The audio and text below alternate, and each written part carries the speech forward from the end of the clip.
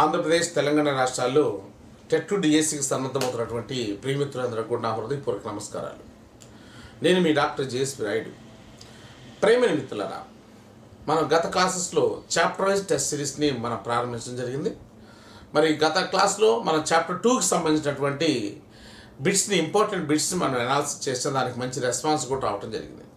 మనం ఈ క్లాస్లో ఫస్ట్ చాప్టర్ సాంఘిక శాస్త్ర యొక్క స్వభావం పరిధిలో ఉన్నటువంటి కొన్ని ముఖ్యమైనటువంటి బిట్స్ని మనం డిస్కస్ చేద్దాం ఫ్రెండ్స్. ఈ విధంగా మీకు ప్రతి చాప్టర్కి టెస్ట్ సిరీస్ అనేది ఉంటుంది. అలాగే మీకు గ్రాండ్ టెస్ట్ సిరీస్ కూడా మనము 29 గ్రాండ్ టెస్ట్లు కంప్లీట్ చేయడం జరిగింది. ఇప్పుడు మనము రిమైనింగ్ 30 గ్రాండ్ టెస్ట్ నుంచి కూడా మనం కంప్లీట్ చేస్తాం ఫ్రెండ్స్. రైట్ ఫ్రెండ్స్, మనం క్లాస్లోకి వెళ్దాం. ఫస్ట్ చూడండి, ప్రకృతి పరిశీలన ద్వారా ప్రయోగాత్మకంగా నిరూపించబడిన సైద్ధాంతిక ప్రకృతి శక్తులతో సమ్మిళితమైనవి ఏంటి అని చెప్పేసి అడిగాడు. ప్రతి క్వశ్చన్ కూడా మనకి మెథడాలజీలో కొన్ని కీవర్డ్స్ అనేవి ఉంటాయి ఫ్రెండ్స్. వాటిని మనం ఫైండ్ అవుట్ చేసుకోవాలి. క్వశ్చన్ 1-2 సార్లు చదవాలి. అది ఏ చాప్టర్కి సంబంధించిందో మనం ఫైండ్ అవుట్ చేసుకోవాలి. దాంట్లో ఉన్నటువంటి ఇన్నర్ మీనింగ్ ఏంటో మనం తెలుసుకోవాలి ఫ్రెండ్స్. ఇక్కడ చూడండి, ప్రకృతి పరిశీలన ద్వారా ప్రయోగాత్మకంగా అని చెప్పేసి అన్నాడు. ఆప్షన్ చూస్తే సామాన్య శాస్త్రాలు, సాంఘిక శాస్త్రము, అలాగే సామాన్య శాస్త్రాలు, కళాశక్తులు అని చెప్పేసి 4 విధాలుగా ఇవ్వటం జరిగింది. ఇక్కడ ప్రకృతి పరిశీలన, ప్రయోగాత్మకంగా అనేవి మనం తీసుకున్నట్లయితే అవి సామాన్య శాస్త్రము అవుతుందన్నమాట. సైన్స్ సబ్జెక్టులకి ఎక్కువగా ప్రకృతి పరిశీలన, ప్రయోగాలు ఇవన్నీ కూడా ఎక్కువగా ఉంటాయి. మనకి సామాజిక శాస్త్రంలో మనం తీసుకుంటే వీటిని సోషల్ సైన్సెస్ అంటాం. ఈ సామాజిక శాస్త్రాలు అనేవి సమాజంలో వ్యక్తి యొక్క పుట్టుక, అభివృద్ధి, వికాసం గురించి ప్రధానంగా తెలియజేస్తాయి. ఈ సామాజిక శాస్త్రాలు వ్యవహారిక సత్తావాద నుంచి రావడం జరిగింది. వీటిని సోషల్ సైన్స్ అని చెప్పేసి అంటారు. ఈ సామాజిక శాస్త్రాల నుంచి మన సాంఘిక శాస్త్రం కూడా ఉద్భవించడం అనేది జరిగింది ఫ్రెండ్స్. ఈ విషయాలను కూడా మనం గత క్లాస్లో డిస్కస్ చేసుకున్నాం. సాంఘిక శాస్త్రం దీన్ని మానవ సంబంధాల అధ్యయన శాస్త్రం అని చెప్పేసి. కాబట్టి ఆన్సర్ ఏంటంటే సామాన్య శాస్త్రాలు. రైట్.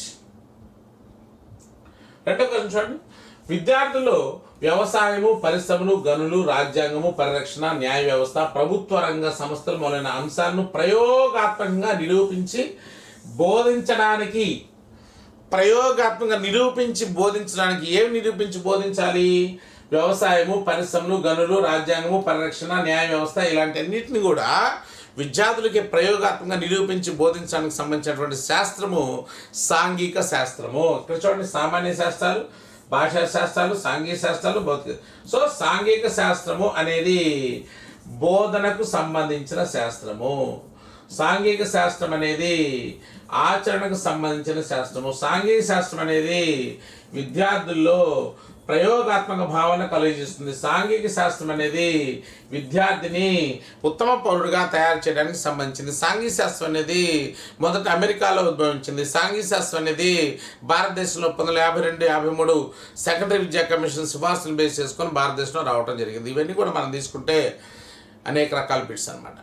కాబట్టి ఇలాంటి వాటి మొత్తాన్ని కూడా ప్రయోగాత్మకంగా దీంట్లో అన్నీ ఉన్నాయి. చూడండి, వ్యవసాయం ఉంది, పరిశ్రమలు ఉన్నాయి, గనులు ఉన్నాయి, రాజ్యాంగం ఉంది, న్యాయ వ్యవస్థ అంటే చూడండి, జాగ్రఫీ, హిస్టరీ, సివిక్స్, ఎకనామిక్స్ అన్నీ ఉన్నాయి. అన్నిటినీ ప్రయోగాత్మకంగా నిరూపించి బోధించేటువంటి సబ్జెక్ట్ ఏంటంటే మనకి సాంఘిక శాస్త్రాలు. మన సామాన్య శాస్త్రాలు అంటే మనం చెప్పుకున్న ఫిజిక్స్, కెమిస్ట్రీ, బాటనీ, జువాలజీ ఇవన్నీ కూడా సామాన్య శాస్త్రాలు. ప్రకృతి పరిశీలన ద్వారా ప్రయోగాత్మక పద్ధతులు ఉంటాయి, శాస్త్రీయ దృక్పథం ఉంటుంది. ఓకే, ఇవన్నీ కూడా దాంట్లో ఉంటాయి. రైట్. ఈ కింది వాటిలో సాంఘిక శాస్త్ర విషయంలో సత్యమైనవి అన్నాడు. చాలా ఇంపార్టెంట్. సాంఘిక శాస్త్ర విషయంలో సత్యమైన అంశాలు ఏంటి? శాస్త్రీయ దృక్పథం ఉంటుంది, ప్రత్యక్ష సర్వేలు, ఇంటర్వ్యూల ద్వారా నిర్ధారణ జరుగుతుంది, ఆచరణయోగ్యమైనవి, మానవ ప్రగతికి సంబంధించి. ఇవి 4 చూడండి. ఇవన్నీ కూడా మనకి న్యూ టెక్స్ట్ బుక్లో మనకి సాంఘిక శాస్త్రానికి సామాన్య శాస్త్రం మధ్య డిఫరెన్సెస్ ఉన్నాయి. దాంట్లో నుంచి తరచుగా బిట్ అడుగుతున్నాడు. ఓకేనా? సో కాబట్టి 4 సాంఘిక శాస్త్రానికి సంబంధించినటువంటి అంశాలు చూడండి. ఏడీనా, బీసీనా, ఏబీసీనా, లేకపోతే పైవన్నీనా? సో ఆన్సర్ ఏంటంటే పైవన్నీ. సాంఘిక శాస్త్రం శాస్త్రీయ దృక్పథం కలిగి ఉంటుంది, అలాగే ప్రత్యక్ష సర్వేలు, ఇంటర్వ్యూల ద్వారా నిర్ధారణ జరుగుతుంది, ఆచరణయోగ్యమైనది, మానవ ప్రగతికి సంబంధించినటువంటి శాస్త్రము సాంఘిక శాస్త్రంగా మనం చెప్పుకోవచ్చు అన్నమాట. 4వ చూడండి, మానవ సంబంధాలను అధ్యయనం చేసే శాస్త్రం దేనికి పేరు? ఇది ఆల్రెడీ మనం ఇందాకే చెప్పుకున్నాం. మన దీనికి సంబంధించినటువంటి వీడియో అంటే సాంఘిక శాస్త్ర నిర్వచనాలకు సంబంధించిన వీడియో కూడా ఉంది. దాంట్లో ప్రతి దాన్ని కూడా క్లారిటీగా డిస్కస్ చేయడం అనేది జరిగింది. సో చరిత్ర, భూగోళం, సాంఘిక శాస్త్రం, మనోవిజ్ఞాన శాస్త్రం. సో ఇక్కడ మానవ సంబంధాన్ని అధ్యయనం చేసేటువంటి శాస్త్రం ఏంటి? సాంఘిక శాస్త్రం. అందుకే దీన్ని మానవ సంబంధాల అధ్యయన శాస్త్రం అని చెప్పేసి కూడా పిలుస్తుంటాం. మానవ అధ్యయన శాస్త్రం అని కూడా పిలుస్తూ ఉంటాం. Okay, right. సో కాబట్టి మనోవిజ్ఞాన శాస్త్రం ఏం చేస్తుంది? మానవ ప్రవర్తన అధ్యయనం చేస్తుంది. భూగోళ శాస్త్రం భూమి మీద ఉన్నటువంటి భౌగోళిక అంశాలు ఎలా ఉన్నాయి, ఎక్కడ ఉన్నాయి, ఏ మేరకు ఉన్నాయి అనే దాన్ని కూడా డిస్కస్ చేస్తుంది. చరిత్ర గతకాల విషయాల గురించి డిస్కస్ చేస్తుంది. ఓకేనా, రైట్. మరి ప్రయోగాల ద్వారా, పరిశీలన ద్వారా పరిమాణాల సూచికలు ఇవ్వబడేది. ప్రయోగాల ద్వారా, పరిశీలన ద్వారా, రెండు కీవర్డ్స్. ప్రయోగాలు, పరిశీలన ద్వారా మరి పరిమాణాలు సూచించేవి ఏంటి అన్నాడు. సామాన్య శాస్త్రాలు, చరిత్ర, సామాన్య శాస్త్రాల భాగస్వామ్యం. ఇది పూర్తిగా కాదు, చరిత్ర కాదు. చూడండి, ప్రయోగాలన్నీ కూడా ఇందాక మనం చెప్పుకున్నాం కదా. ప్రయోగాల ద్వారా మనకి ప్రయోగాల ద్వారా, పరిశీలన ద్వారా ఇవన్నీ కూడా సైన్స్లో ఎక్కువగా జరగడానికి అవకాశం అనేది ఉందన్నమాట. కాబట్టి సామాన్య శాస్త్రాలు, చరిత్ర కూడా కాదు, సామాన్య శాస్త్రాలు కాదు. రైట్. ఈ కింది వాటిలో సామాన్య శాస్త్ర విషయాల్లో సత్యమైనవి. సామాన్య శాస్త్ర విషయాలు ఇందాక మనము సాంఘిక శాస్త్ర విషయాల్లో సత్యమని చెప్పుకున్నాం. ఇప్పుడు సామాన్య శాస్త్ర విషయాల్లో సత్యమైనది ఏదని చెప్పేసి అడుగుతున్నాడు. ప్రయోగాత్మక పద్ధతిలో ఉంటుంది, కరెక్టే. శాస్త్రీయ దృక్పథం కలిగి ఉంటుంది, కరెక్టే. భవిష్యత్ అవసరాల అభివృద్ధికి అనుగుణంగా ఉంటుంది, కరెక్టే. పైవన్నీ అన్నీ సరైనవే ఉన్నాయన్నమాట. సామాన్య శాస్త్ర ప్రయోగాలు ఉంటాయి, సైంటిఫిక్ యాక్టివిటీ ఉంటుంది. మరి సైన్స్ అనేది ఎప్పుడు కూడా మన భవిష్యత్ అవసరాల అభివృద్ధికి సంబంధించి ఉంటుంది. ఇది కూడా టేబుల్కి సంబంధించినటువంటి దాంట్లో మనం డిస్కస్ చేసుకోవచ్చు. పైవన్నీ కరెక్టేనే. ఈ కింద వాళ్ళు సామాన్య శాస్త్రంలో సంబంధం లేని అంశం ఏంటి? సామాన్య శాస్త్రానికి సంబంధం లేని అంశం ఏంటి? సో భౌతిక ప్రపంచ అధ్యయనం, ఇది కరెక్టే. ప్రకృతిలో జంతువులు, జీవుల గురించి పరిశీలిస్తుంది. మరి సామాన్య శాస్త్రం అదే కదా, ప్రకృతిలో జీవులు వాటి గురించి అధ్యయనం చేస్తుంది. శాస్త్రీయ దృక్పథం కలిగి ఉంటుంది. ఆశాజనక సామాజిక అభివృద్ధి అనేది దీనికి సంబంధించింది సాంఘిక శాస్త్రానికి సంబంధించింది. ఇది సాంఘిక శాస్త్రానికి సంబంధించింది. ఆశాజనక సామాజిక అభివృద్ధిని కాంక్షించేది సాంఘిక శాస్త్రం అన్నమాట. ఓకే, సో కాబట్టి ఇది సైన్స్ సంబంధించి 3. కాబట్టి సంబంధం లేనిది 4వదని చెప్పేసి మనం చెప్పుకోవచ్చు. ఇంతకుముందు కనుక్కున్నటువంటి విషయాలను ప్రస్తుత పరిస్థితులకు అమలు చేసే ప్రయత్నం చేసేటువంటి సబ్జెక్ట్ ఏంటి అని అడిగాడు. సాంఘిక శాస్త్రమా, సామాజిక శాస్త్రమా, భాషా శాస్త్రాలు, సామాజిక భాషా శాస్త్రాలు. సో ఇంతకుముందు కనుక్కున్నటువంటి విషయాలు ప్రస్తుత పరిస్థితులకు అనుగుణంగా అధ్యయనం చేసే విధంగా చేసేటువంటి శాస్త్రం ఏంటంటే సాంఘిక శాస్త్రము. సాంఘిక శాస్త్రము అంతకుముందు జరిగిన విషయాల్ని ప్రస్తుత పరిస్థితులకు అన్వయించి చెప్పడం అనేది జరుగుతుంది అనమాట. సాంఘిక శాస్త్రం మనం ఏ శాస్త్రాన్ని బోధించినా ప్రస్తుత పరిస్థితులకు అన్వయించి మనం బోధించాల్సిన ఆవశ్యకత అనేది ఉంది ఫ్రెండ్స్. రైట్. So answer 1. ఈ కింది వాటిలో సాంఘిక శాస్త్రం విషయంలో సరికాని భావన. సాంఘిక శాస్త్ర విషయంలో ఈ మోడల్లో తప్పనిసరిగా మనకి ఈ చాప్టర్ నుంచి బిట్ అడిగే అవకాశం అనేది ఉంది. సరికాని భావన. సాంఘిక శాస్త్రంలో సమైక్యత విధానం విషయ జ్ఞానం అందించబడుతుంది, కరెక్టే. సాంఘిక శాస్త్రం జ్ఞానానికి సంబంధించిన అభ్యసన అనుభవాన్ని కలిగిస్తుంది, కరెక్టే. అమూర్త చింతన, పరిశోధన, విశ్లేషణ ప్రాధాన్యత ఉంటుంది, తప్పు. సాంఘిక శాస్త్ర విషయ పరిధి సంక్షిప్తంగా ఉంటుంది. విషయ పరిధి సంక్షిప్తంగా ఉంటుంది. సాంఘిక శాస్త్ర విషయ పరిధి సంక్షిప్తంగా ఉంటుంది, ఇది కూడా కరెక్టే. సాంఘిక శాస్త్ర విషయంలో సరికాని భావన అన్నాడు. సరికాని భావన ఇవన్నీ కూడా మనకు అర్థం చేసుకోవాలంటే సబ్జెక్ట్ని మనం కూలంకుషంగా స్టడీ చేయాలి. సబ్జెక్ట్ని ఇన్డెప్త్గా స్టడీ చేయాలి. టెక్స్ట్ బుక్లో ఉన్న ప్రతి లైన్ మనకు అర్థం కావాలి. టెక్స్ట్ బుక్లో ఉన్న ప్రతి కాన్సెప్ట్ మనం అవగాహన చేసుకోవాలి. అలా చేసుకున్నప్పుడు మాత్రమే ఇలాంటి బిట్స్ మనం పెట్టడానికి అవకాశం అనేది ఉంది ఫ్రెండ్స్. సో కాబట్టి ఇక్కడ అమూర్త చింతన, పరిశోధన, విశ్లేషణ వీటికి ప్రాధాన్యత ఇచ్చేటువంటి శాస్త్రాలు సామాజిక శాస్త్రాలు. ఏ శాస్త్రాలన్నీ? సామాజిక శాస్త్రాలు అమూర్త చింతన, పరిశోధన, విశ్లేషణకి ప్రాధాన్యత. దీనికి సంబంధించి కూడా మనకి ఫస్ట్ చాప్టర్లో సాంఘిక శాస్త్రానికి సామాజిక శాస్త్రాల మధ్య గల భేదాలు ఉన్నాయి. ఆ భేదాల్లో సంబంధించినటువంటి అంశాలు మరి ఇక్కడ బిట్గా మనం ఇవ్వటం జరిగింది. రైట్. 10 చూడండి. ఈ కింది వాటిలో సరికానిది అన్నాడు. ఈ కింది వాటిలో సరికానిది. So which one is not related to అని చెప్పేసాను. సామాజిక శాస్త్రాలు నైతిక విషయాల పట్ల విస్తృతంగా ఉంటుంది. సామాజిక శాస్త్రాలు కొత్త విషయాలను, సూత్రాల సిద్ధాంతాలు కనుగొంటాయి. సామాజిక శాస్త్రాల భావనలు సంక్లిష్టంగా ఉంటాయి. సామాజిక శాస్త్రాలు నిర్బంధ పాఠ్య విషయాలుగా ఉంటాయి. ఇది కరెక్ట్ కాదు, ఇది కరెక్ట్ కాదు, ఇది కరెక్ట్ కాదు. ఎందుకు ఇది కరెక్ట్ కాదా అంటే నిర్బంధ పాఠ్య విషయం అనేది సాంఘిక శాస్త్రము. ఏంటి నిర్బంధ పాఠ్య విషయం ఏంటంటే 1952లో సెకండరీ విద్యా కమిషన్ కానీ మిగతా వాళ్ళు కూడా చెప్పింది ఏంటంటే సాంఘిక శాస్త్రం అనే దాన్ని ఒక నిర్బంధ పాఠ్య విషయంగా పాఠశాల స్థాయిలో ఏర్పాటు చేయాలి. ఎందుకంటే సాంఘిక శాస్త్రం తప్పనిసరిగా చదువుకోవాల్సిన సబ్జెక్ట్. సాంఘిక శాస్త్రం అనేది విద్యార్థుల్లో పౌరసత్వ విలువలను పెంపొందిస్తుంది. సాంఘిక శాస్త్రం విద్యార్థిని సక్రమైన మార్గంలో నడిపిస్తుందని చెప్పేసి వాళ్ళు దీన్ని తప్పనిసరిగా ప్రతి ఒక్క విద్యార్థి నేర్చుకోవాలని చెప్పేసి నిర్బంధ పాఠ్య విషయంగా ఏర్పాటు చేయమని చెప్పేసి సెకండరీ విద్యా కమిషన్ సిఫార్సు చేయడం అనేది జరిగిందన్నమాట. అంటే తప్పనిసరిగా అందరూ చదువుకోవాలి. మరి వేరే సోషల్ సైన్సెస్ దగ్గరకు వచ్చేలకి అవి తప్పనిసరి కాదు. మన ఇష్టం ఉంటే చదువుకుంటాం, లేకపోతే లేదు. కాలేజ్ లెవెల్కి వెళ్ళిన తర్వాత నీకు ఇష్టం ఉంటే సోషల్ సైన్సెస్ తీసుకుంటే ఇష్టం లేకపోతే వేరే గ్రూప్ తీసుకుంటాం అనమాట. కాబట్టి ఇది 4వ కరెక్ట్ ఆన్సర్ అవుతుంది అనమాట. 11 చూడండి. ఈ కింది వాటిలో సత్యమైన అంశాలు కానివి ఏది ఫాల్స్ అంటున్నాడు. సాంఘిక శాస్త్ర పరిధి అనంతం, కరెక్టే, అనంతం. సాంఘిక శాస్త్ర పరిధి అనంతం. సాంఘిక శాస్త్ర ప్రయోగాత్మక భావన కలుగు చేస్తుంది. సాంఘిక శాస్త్ర జ్ఞానానికి అధిక ప్రాధాన్యత ఇస్తుంది. సాంఘిక శాస్త్ర పాఠశాలకు సంబంధించిన విషయాలని విడిగా తెలియజేస్తుంది. సాంఘిక శాస్త్రము ప్రయోగాత్మక భావనలు ఉంటాయి. సాంఘిక శాస్త్రంలో పరిధి అనంతం. సాంఘిక శాస్త్రం జ్ఞానానికి ప్రాధాన్యత ఇచ్చేది ఏంటంటే సామాజిక శాస్త్రాలు జ్ఞానానికి ఎక్కువ ప్రాధాన్యత ఇస్తాయి. సాంఘిక శాస్త్రము ఆ జ్ఞానానికి సంబంధించినటువంటి ప్రయోగాత్మక అభ్యసన అనుభవాలను కలిగిస్తుంది అన్నమాట. Social sciences basically concentrate on the knowledge. Social sciences అనేవి జ్ఞానం మీద కాన్సన్ట్రేషన్ చేస్తాయి. సాంఘిక శాస్త్రం అనేది ఆ జ్ఞానానికి సంబంధించినటువంటి అభ్యసన అనుభవాలు విద్యార్థులు కలిగించి విద్యార్థులు ఉత్తమ పౌరులుగా తయారు చేయడానికి సాంఘిక శాస్త్రం ప్రయత్నం చేస్తూ ఉంటుంది అనమాట. Right friends. సో కాబట్టి దీనికి సత్యమైన అంశాలు కానివి అంటే ఇది సత్యమైన అంశం కాదు. 12 చూడండి. చరిత్ర, అర్థశాస్త్రం, పౌరశాస్త్రం, భౌగోళిక శాస్త్రం, సామాజిక అంశాలు, మానవ సంబంధాలు ముఖ్యమైన అంశాలను బోధించడానికి వీలైనది. సామాజిక శాస్త్రమా, సమాజమా, సాంఘిక, మనోవిజ్ఞానం. సో ఇక్కడ మా కీవర్డ్స్ ఏంటి? మానవ సంబంధాల గురించినటువంటి అంశాలు. ముఖ్యంగా సాంఘిక శాస్త్రం ఏ సబ్జెక్టులు ప్రధానంగా తీసుకున్నారు? అమెరికాలో జాగ్రఫీ, హిస్టరీ, సివిక్స్ అనేటువంటి ఎకనామిక్స్ అనేటువంటి సబ్జెక్టులని ప్రధానంగా తీసుకొని సాంఘిక శాస్త్రం అనేటువంటి సబ్జెక్ట్ని ఏర్పాటు చేయడం జరిగింది. కాబట్టి మరి సాంఘిక శాస్త్రం ఏమన్నా నడిపించండి? చరిత్ర, భూగోళము, అర్థశాస్త్రము, పౌరశాస్త్రము, సామాజిక అంశాలు, మానవ సంబంధాలు ముఖ్యమైన అంశాలుగా బోధించడం వీలైంది. ఏంటంటే ఇవన్నీ కూడా దేంట్లో ఉంటాయి? దేంట్లో మనం బోధిస్తామంటే మన సాంఘిక శాస్త్రంలో మనం బోధించడం అనేది జరుగుతుంది. 13 భౌతిక పర్యావరణంలో భాగాలుగా ఉండేవి. మనకి కొత్త టెక్స్ట్ బుక్లో మనం తీసుకుంటే 3 రకాల పర్యావరణాల గురించి ఫస్ట్ పేజీలో ఇవ్వటం జరిగింది.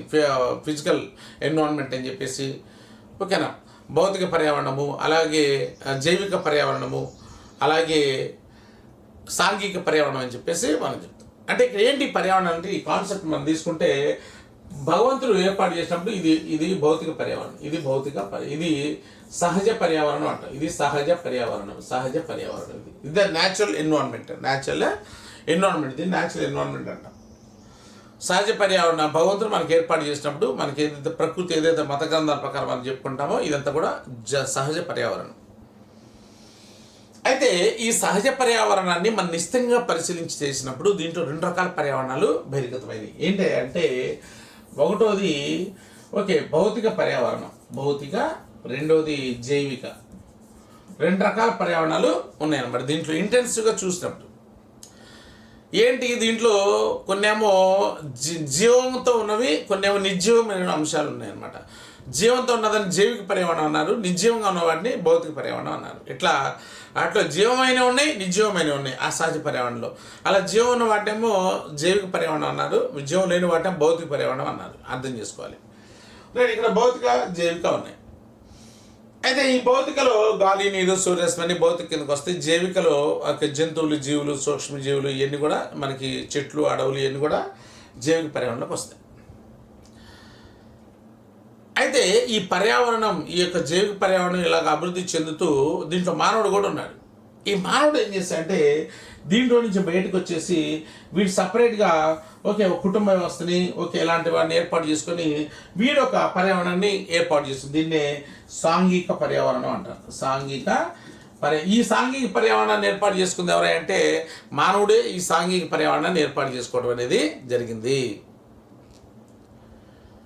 రైట్. అంటే మనకు ఉన్నటువంటి అంటే ఏదైతే సహజ పర్యావరణంలో లేకుండా మనం తయారు చేస్తున్నటువంటి అంశాలంటే బస్ స్టాండ్లు కావచ్చు, రైల్వే స్టేషన్ కావచ్చు, ఫ్యాక్టరీలు కావచ్చు, ఫ్యాక్టరీలు కావచ్చు, పరిశ్రమలు కావచ్చు, హౌసెస్ కావచ్చు, బిల్డింగ్స్ కావచ్చు, ఆఫీసులు కావచ్చు, వైద్యాలయాలు కావచ్చు, కళాశాలలు కావచ్చు, రైల్వే స్టేషన్లు కావచ్చు, ఓకేనా. ఇవన్నీ కూడా దేనికి సంబంధించి ఇవన్నీ కూడా మనిషి క్రియేట్ చేసింది. అందుకే దీన్ని సాంఘిక పర్యావరణం అంటే. ఇక్కడ ఏమన్నాడు భౌతిక పర్యావరణంలో అంశాలు ఏమన్నాడు, బ్యాంకులు, ఇల్లు, కర్మాగారాలు ఎవరు తయారు చేశారు, మనం తయారు చేసుకున్నాం కదా, ఇది సాంఘిక పర్యావరణం కిందకి వస్తుంది. చెట్లు, జంతువులు, పశువులు ఇవి జీవం ఉన్నాయి కదా, అవి జైవిక పర్యావరణంలోకి వస్తాయి. భూమి, గాలి, నీరు వీటి జీవం ఉందా, ఇటు లేదు కదా, ఇది భౌతిక పర్యావరణం కిందకి వస్తుంది. బస్ స్టేషన్, కళాశాలలు, పాఠశాలలు ఇది కూడా దేని కిందకి వస్తుంది, ఇది కూడా సాంఘిక పర్యావరణం కిందకి వస్తుంది అన్నమాట. రైట్. ఇంకో బిట్ చూద్దాం. జైవిక పర్యావరణంలో భాగాలుగా ఉండేవి. ఇక్కడ చూడండి, కళాశాలలు, పాఠశాలలు ఇదేంటి సాంఘిక పర్యావరణం. భూమి, గాలి, నీరు భౌతిక పర్యావరణం. చెట్లు, ప్రాణులు, సూక్ష్మజీవులు ఇదన్నీ కూడా దేనికి సంబంధించింది, జైవిక పర్యావరణం. బ్యాంకులు, ఇల్లు, కర్మగారాలు ఇది కూడా సాంఘిక పర్యావరణం కిందకి వస్తుంది. కాబట్టి ఆన్సర్ ఏంటంటే చెట్లు, ప్రాణులు, సూక్ష్మజీవులు అని చెప్పి చెప్పుకోవచ్చు. కుటుంబము, పాఠశాల, మత స్థలాలు, సమాజం, ప్రభుత్వ పౌత్రిక సంస్థలు, సాంఘిక మత వేడుకలు ఏ పర్యావరణం కిందకి వస్తాయి. ఇప్పుడు ఇవన్నీ కూడా కుటుంబము, పాఠశాల, మత స్థలాలు, సమాజము ఇవన్నీ కూడా ఎవరు ఏర్పాటు చేశారు, మానవుడు ఏర్పాటు చేశారు. కాబట్టి మానవుడు ఏర్పాటు చేసిన పర్యావరణాన్ని సహజ పర్యావరణం సామాజిక పర్యావరణం లేక సాంఘిక పర్యావరణం అన్నారు. మనం కూడా ఈ సాంఘిక పర్యావరణంలో నివసిస్తున్నాం కాబట్టి మన చుట్టూ ఉన్నటువంటి ఈ సాంఘిక అంశాలని మనం తెలుసుకోవాలి. కాబట్టి అందుకే వచ్చినటువంటి సబ్జెక్టే ఈ సాంఘిక శాస్త్రం అనేది. ఆ చదువుకునేటువంటి సబ్జెక్టే ఈ పరిసరాల విజ్ఞానం అనేది. ఈ పరిసరాలు కూడా రెండు రకాలుగా ఉంటాయి. భౌతిక పరిసరాలు ఉంటాయి, సాంఘిక పరిసరాలు ఉంటాయి. సాంఘిక పరిసరాల గురించి తెలియజేసేదేమో పరిసరాల విజ్ఞానము, భౌతిక పరిసరాల గురించి తెలియజేసేదేమో సైన్స్ అనమాట. ఓకేనా. రైట్. సో జైవిక పర్యావరణమా, భౌతికన, సాధారణ, సాంఘిక ఇది సాంఘిక పర్యావరణ కిందకి వస్తుంది. నెక్స్ట్, సాంఘిక వ్యవస్థలైన పర్యావరణ పరిశీలన మానవులందరూ భద్రపరిచి అభివృద్ధి పరచుకోవడానికి, తమ జీవిత నాణ్యతను పెంపొందించుకోవడానికి ఉపయోగపడేది ఏంటి? సాంఘిక వ్యవస్థలైన పర్యావరణ పరిశీలన మానవులందరికీ భద్రపరిచి అభివృద్ధి పరచుకోవడానికి, తమ జీవిత నాణ్యతను పెంపొందించుకోవడానికి ఉపయోగపడేది. మరి మా సాంఘిక వ్యవస్థలైనటువంటి పర్యావరణ పరిశీలన మానవులందరికీ భద్రపరిచి అభివృద్ధి పరచుకోవడానికి, తమ జీవిత నాణ్యతను పెంపొందించుకోవడానికి ఉపయోగపడేది చరిత్రన, సామాజిక శాస్త్రమా, సమాజ శాస్త్రమా, సాంఘిక శాస్త్రమా. ఇది సాంఘిక శాస్త్రం ఉంటుంది. నెక్స్ట్ చూడండి, సాంఘిక శాస్త్ర బోధనలో సమ్మిళితపరిచి బోధించాల్సిన ప్రధానమైన విషయాలు ఏవేమన్నా సాంఘిక శాస్త్రంలో జాగ్రఫీ, హిస్టరీ, సివిక్స్, ఎకనామిక్స్ ఉన్నాయి. అవే కదా. ఇక్కడ చూడండి, భూగోళం, చరిత్ర, రాజనీతి, ఇది కాదు. చరిత్ర, భూగోళం, పౌర మరియు అర్థశాస్త్రం ఇది కరెక్టే. చరిత్ర, అర్థ, మనోవిజ్ఞాన శాస్త్రం, పౌరశాస్త్రం. మనోవిజ్ఞానం లేదు కదా, చరిత్ర, భాషా శాస్త్రాలు లేవు కదా. సో కాబట్టి ఇది సెకండ్ ఆప్షన్ కరెక్ట్ అవుతుంది. మానవుడు మంచి వ్యక్తిగా జీవిస్తూ తన సమాజ అభివృద్ధికి దోహదపడే జీవించాలనే విషయాన్ని తెలిపేది. మానవుడు మంచి వ్యక్తిగా జీవిస్తూ తన సమాజ అభివృద్ధికి దోహదపడాలని చెప్పేది ఏంటంటే సాంఘిక శాస్త్రం. సామాజిక శాస్త్రాల అంతర్భాగాల నుంచి సూక్ష్మంగా ఏర్పాటు చేసిన శాస్త్రమే సాంఘిక అధ్యయనము. చెప్పాం కదా, సామాజిక శాస్త్రాలు అనేటువంటి జాగ్రఫీ, హిస్టరీ, సివిక్స్, ఎకనామిక్స్ నుంచి వాటిలో ఉన్నటువంటి అంశాలని సూక్ష్మీకరించి ఏర్పాటు చేసినటువంటి శాస్త్రాన్ని సాంఘిక శాస్త్రంగా మనం చెప్పుకోవచ్చు అనమాట. ఆన్సర్ సాంఘిక శాస్త్రం. ప్రపంచంలో మొట్టమొదట సాంఘిక శాస్త్ర భావన రూపుదిద్దుకోవడం ఏ శతాబ్దంలో ప్రారంభమైందని చెప్పేసి అన్నాడు. ఇక్కడ మనకి 18, 19, 21, 20 శతాబ్దం. ఇక్కడ మనకి అకాడమిక్ టెక్స్ట్ బుక్ మనం తీసుకుంటే వాడు ఇచ్చింది ఏంటంటే 18, 19 శతాబ్దాలు. అంటే 1916లో సాంఘిక శాస్త్రం రావడం జరిగింది, 1905లో సాంఘిక శాస్త్ర భావం రూపుదిద్దుకోవడం జరిగింది, 1896 నుంచి అమెరికాలో కొన్ని రకాల ఈ సాంఘిక శాస్త్రం సంబంధించినటువంటి భావనలు ఏర్పాటు చేసుకోవడం జరిగింది. కాబట్టి ఇవన్నీ కూడా బేస్ చేసుకుంటే మనకి టెక్స్ట్ బుక్లో ఇచ్చినటువంటి ఏ శతాబ్దం ఏంటంటే 18, 19 శతాబ్దాల్లో ఈ సాంఘిక శాస్త్ర భావన రూపుదిద్దుకోవడం జరిగింది అనమాట. ప్రపంచంలో మొట్టమొదటిసారిగా ఏ దేశం సాంఘిక శాస్త్ర పాఠశాల విద్యలో ఆరంభించింది? సాంఘిక శాస్త్రాన్ని మొట్టమొదటిసారిగా ఇంప్లిమెంట్ చేస్తున్నటువంటి దేశం ఏది? అందరికి తెలిసినటువంటి దేశమే అమెరికా సంయుక్త రాష్ట్రాలు. అమెరికా సంయుక్త రాష్ట్రాల్లో ఈ సాంఘిక శాస్త్రం మొట్టమొదటిసారిగా ఆవిర్భావం జరిగింది. మహాత్మా గాంధీ బేసిక్ రూపొందించిన విద్యావిధానం 1937 ఏర్పాటు చేసినటువంటి ఇది మనకి historical background of the social studies అనేటువంటి దాంట్లో మనం నీట్గా చెప్పుకున్నాం.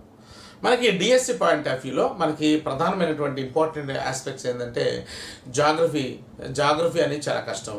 అలాగే జాగ్రఫీతో పాటుగా మెథడాలజీ రెండు కూడా డిఫికల్ట్ సబ్జెక్టులు. ఎందుకు డిఫికల్ట్ సబ్జెక్టులు అని చెప్తున్నామంటే జాగ్రఫీ అనేది మనం అంతమంది ఎక్కడ చదివి ఉండం.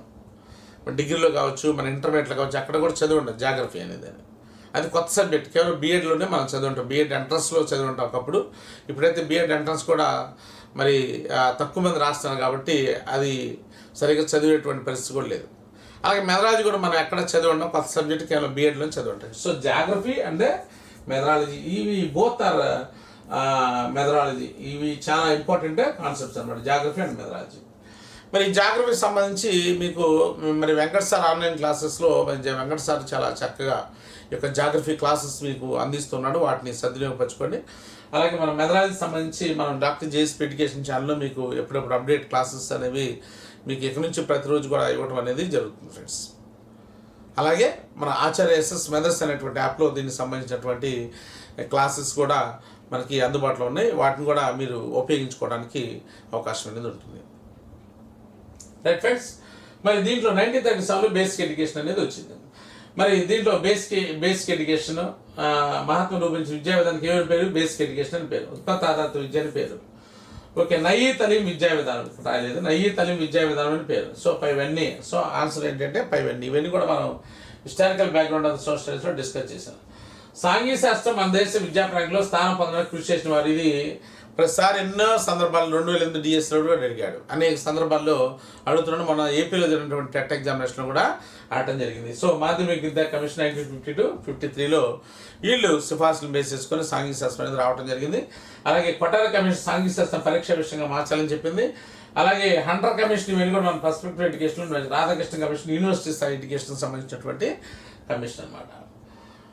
నెక్స్ట్, ఏ శాస్త్రం మేరకు మానవుని గురించి ఏ శాస్త్రం అనేది మానవుని గురించి అధ్యయనం చేస్తుంది చేయడం? సాంఘిక శాస్త్రం, సమాజ శాస్త్రం. సో సాంఘిక శాస్త్రం మానవుడికి సంబంధించినటువంటి అధ్యయన శాస్త్రంగా మనం చెప్పుకోవచ్చు.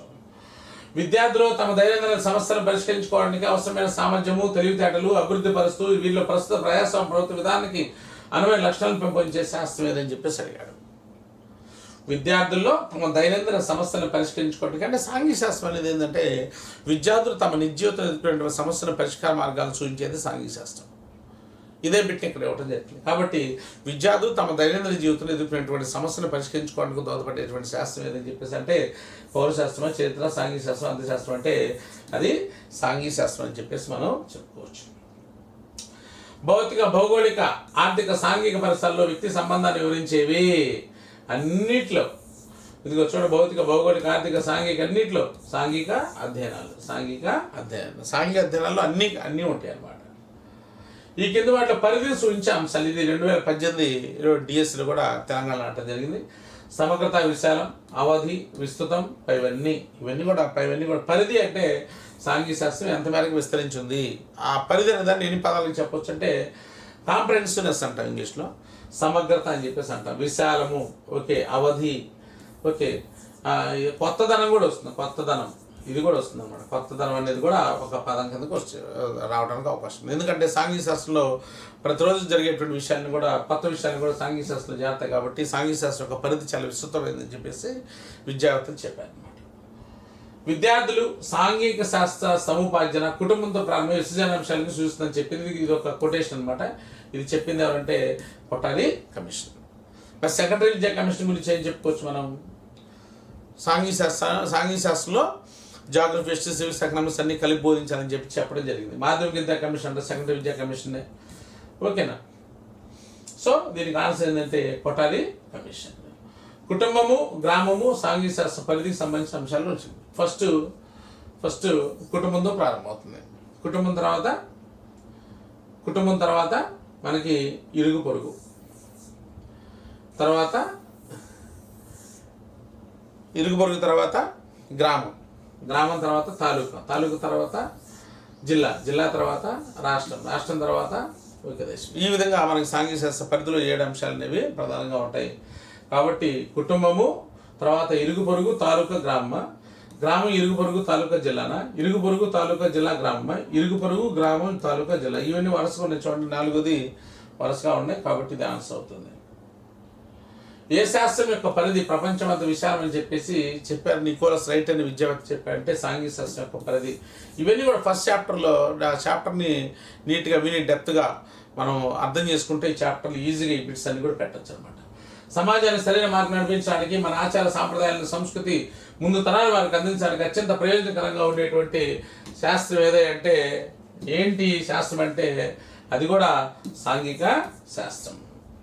సాంఘిక శాస్త్రం సమాజాన్ని సరైన మార్గం నడిపించడానికి మన ఆచార సాంప్రదాయ సంస్కృతి ముందు తరాల వారికి అందించడానికి అత్యంత ఉపయోగపడేటువంటి శాస్త్రం సాంఘిక శాస్త్రం ఆ పని చేస్తుంది అనమాట. వీటన్నిటికంటే నేటి బాలలే రేపటి పౌరులు అనే సంకల్పంతో రాబోయే తరం సమాజ పురోభివృద్ధి దిశలో బాలబాలికలు ప్రయాణించే దిశగా ఏ శాస్త్రం కృషి చేస్తుంది అంటే చూడండి, గణిత శాస్త్రం, రసాయన శాస్త్రం, సామాజిక శాస్త్రం ఇవన్నీ కూడా మనకి మన అన్రిలేటెడ్ ఆన్సర్స్ అని చెప్పేసి చెప్పుకోవచ్చు.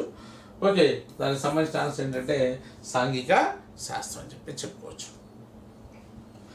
సాంఘిక అంశాలను బోధించడంలో ఉపాధ్యాయులు గుర్తించుకోవాల్సిన అంశాలు. సాంఘిక శాస్త్రం బోధించినప్పుడు ఎలాంటి అంశాలు మనం మైండ్లో ఉంచుకోవాలి అనేది తీసుకుంటే భూగోళ శాస్త్రాన్ని ఏకరీతిలో బోధించాలి తప్పు, చరిత్రను చరిత్రతో బోధించాలి తప్పు, భూగోళ చరిత్ర పౌరాత్య శాస్త్రం మేళవించి బోధించాలి ఇది కరెక్ట్, ఫస్ట్ సబ్జెక్ట్ విడిగా బోధించి తప్పు. అంటే ఇప్పుడు చూడండి, జాగ్రఫీ, హిస్టరీ, సివిక్స్, ఎకనామిక్స్ల సమ్మిళిత అధ్యయనమే సాంఘిక శాస్త్రం. ఇది గుర్తుపెట్టుకోవాలి. ఫస్ట్ చాలామందికి ఈ ఫస్ట్ చాప్టర్లో ఉన్నటువంటి కాన్సెప్ట్లు అర్థం కావట్లేదు. ఫస్ట్ చాప్టర్ అనేది కొద్దిగా కొన్ని చిన్న చిన్న లింకులు ఉంటాయి అన్నమాట. జాగ్రత్తగా అర్థం చేసుకున్నప్పుడు ఈజీగా మనము దాంట్లో ఉన్న బిట్స్ పెట్టడానికి అవకాశం ఉంది. చాలామంది ఈ ఫస్ట్ చాప్టర్లో బట్టి విధానంలో చెప్తారు, బట్టి విధానంలో చెప్తూ ఉంటారు, బట్టి విధానం చదువుతూ ఉంటారు, చాప్టర్ కూడా పైపైన చెప్తూ ఉంటారు అన్నమాట. సో ఈ ఫస్ట్ చాప్టర్ కనీసం మనం ఒక 15 గంటలు డిస్కస్ చేయాలి. 15 గంటలు డిస్కస్ చేస్తే కంప్లీట్గా మనకి ఏ బిట్టి మిస్ కావటంగా ఉండడానికి అవకాశం అనేది ఉందన్నమాట. సాంఘిక శాస్త్రం